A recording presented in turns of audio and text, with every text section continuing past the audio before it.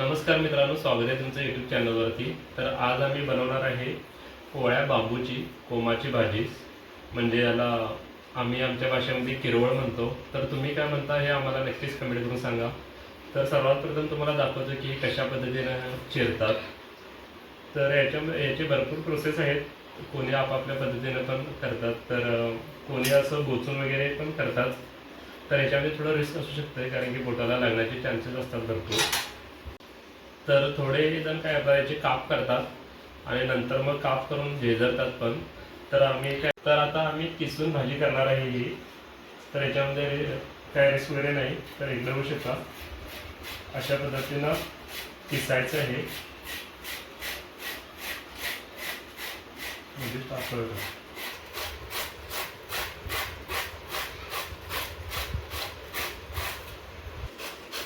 ही अगदी सोपी पद्धत आहे किसून भाजी करायची। तर तुम्ही अशा पद्धतीनं किसून घेऊन भाजी करू शकता।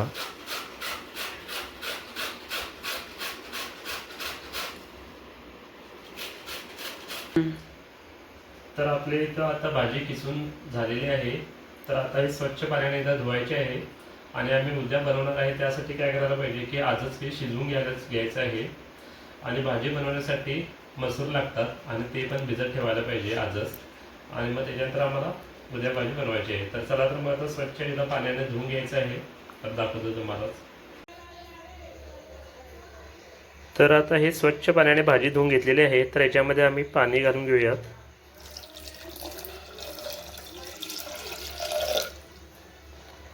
आणि याच्या 4 शिट्ट्या करून घ्यायचं आहे, ज्यामुळे हे व्यवस्थित शिजेल। तर चला, तर मग लगेचच शिजवून घेऊयात।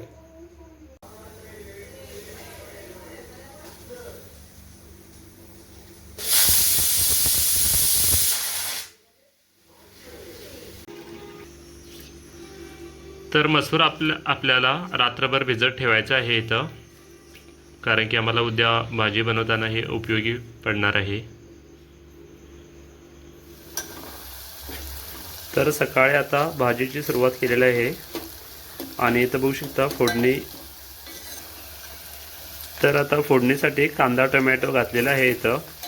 तर सगळेच काही टोमॅटो यूज करत नाहीत, जर तुम्हाला हवा असेल टोमॅटो तर तुम्ही वापरू शकता, नाहीतर कांद्याचीच एवढं फोडणी मारू शकता तुम्ही।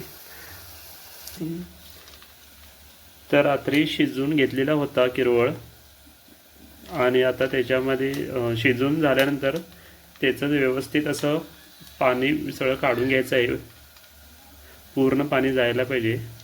आणि काढून घेतल्यानंतर याच्यामध्ये तिखट मीठ हळद वगैरे घालून आणि मसूर वगैरे रात्री भिजत ठेवलेले होते ते पण याच्यामध्ये ॲड करून असं व्यवस्थित मिक्स करून घ्यायचं आहे। अगदीच सोपी होणारी ही रानभाजी आहे। पावसाळ्याच्या सीझनमध्ये तुम्ही नक्कीच ही ट्राय करू शकता। तर कोणाला माहीत नसेल की रेसिपी कशी करायची, तर हा व्हिडिओ बघून तुम्ही करू शकता घरी। आणि चॅनलवरती कोण नवीन असाल तर चॅनलला नक्कीच सबस्क्राईब करा। तर चला, तर मग दाखवतो। आता रेडी झालेलीच आहे ऑलमोस्ट आमच्या इथं भाजी, आणि खायला पण भरपूर अशी टेस्टी लागते।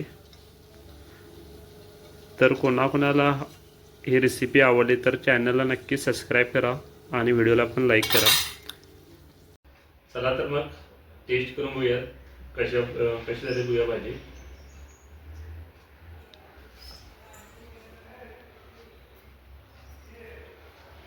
अगदीच भारी झालेली आहे भाजी, तर तुम्ही नक्कीच ट्राय करा। अशी लागेल की कोवळ्या फणसाची भाजी करा तशी सेम टू सेम टेस्ट आहे। आणि अजून एकदा सांगत आहे, व्हिडिओ कोण बघत असाल नवीन तर त्याने प्लीज व्हिडिओला लाईक करा आणि चॅनलला नक्की सबस्क्राईब करा। तर आता मग भेटूया पुढच्या अशाच नवीन व्हिडिओमध्ये। तोपर्यंत बाय बाय।